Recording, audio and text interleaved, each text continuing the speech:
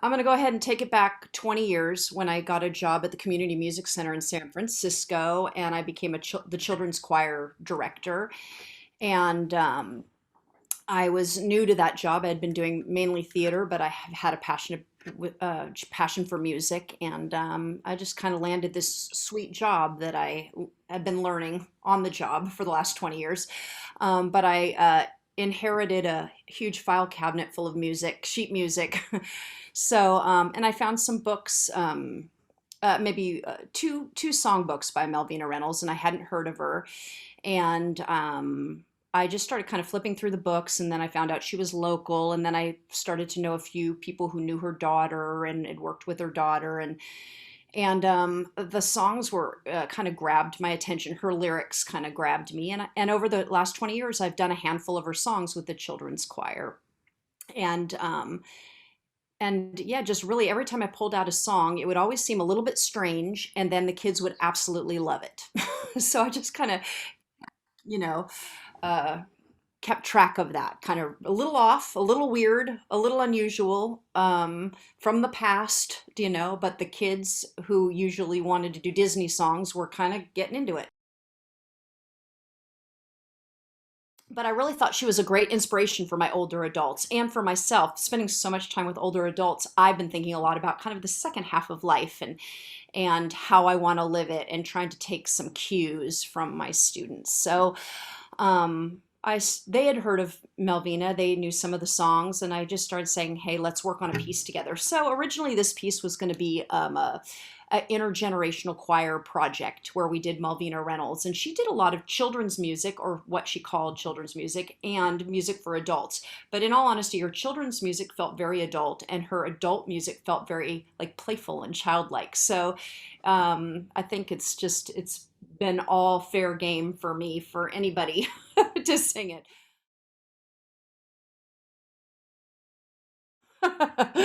And then she left Capitol Records and started her own label, which was called Cassandra Records. Now, I've never officially asked Nancy if Cassandra was Greek Cassandra, but I kind of assumed, of course, it was Greek Cassandra. So all of a sudden, I had this idea that I would play Cassandra, and Cassandra would be recording music, and I would do it with Jake, because Jake and I work on these kind of projects, or are drawn to these kind of things. And we would record Malvina Reynolds songs, and we would maybe have some sort of interaction as recording artist and engineer, um, and we started developing that.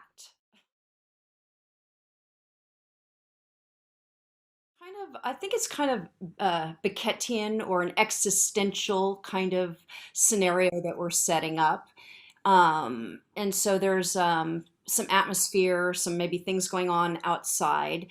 And so we're trying to set up a situation where we can have an interaction and respond to maybe some stresses on the outside of the world, and then kind of dealing with the technology of what it means to record something. And so we're trying to set up as many kind of situations or scenarios that we can kind of interact, but to a purpose. Like if it helps add a theme, or not just talking for talking's sake, but like using the kind of metaphor of the recording studio to its fullest.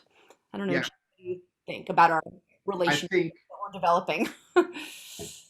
I think the premise of what we're doing is really simple, and it's that we're recording these songs, and I'm sort of on the technical side, and Beth is the performer. Um, and I think that premise, we sort of stick to that premise, and then some themes crop up from that. I think a lot of what Beth and I have worked on over the years has been about process.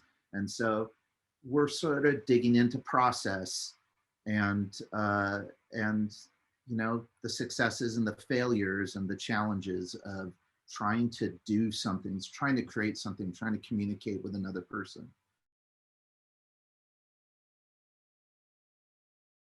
I mean, her whole entire body of work is really resonating, I think, for me right now. Some songs maybe point to a particular moment in time with fully sketched with details and a particular moment. And I guess technically we're not doing as many of those. We're doing more universal kind of more open songs, but those resonate equally. Just change out the dates, change out the information, and some of the stories are the same. But I think a lot of the music come from the kind of the civil rights movement and stuff is resonating for a lot of people right now. So that feels kind of like an easy yes.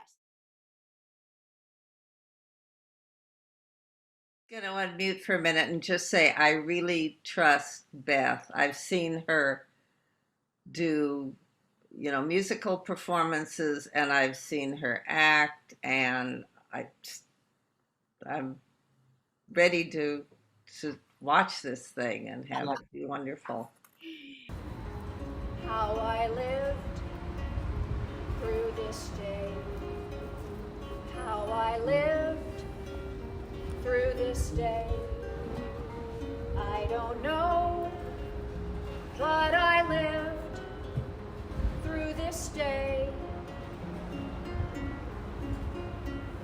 What I did do. And what came, I lived through. Now it's gone, like the sun on its way. Just a day at a time, that's the way I live mine. And the days come and go, where they go, I don't know, but I lived through this day. How I lived through this day, I don't know, but I lived through this day. The days come and go, the fine and the gray. As they come, so they come. Anyway, I drop into bed. I don't think what's ahead, so I just live it through one more day. Yes, I just live it through one more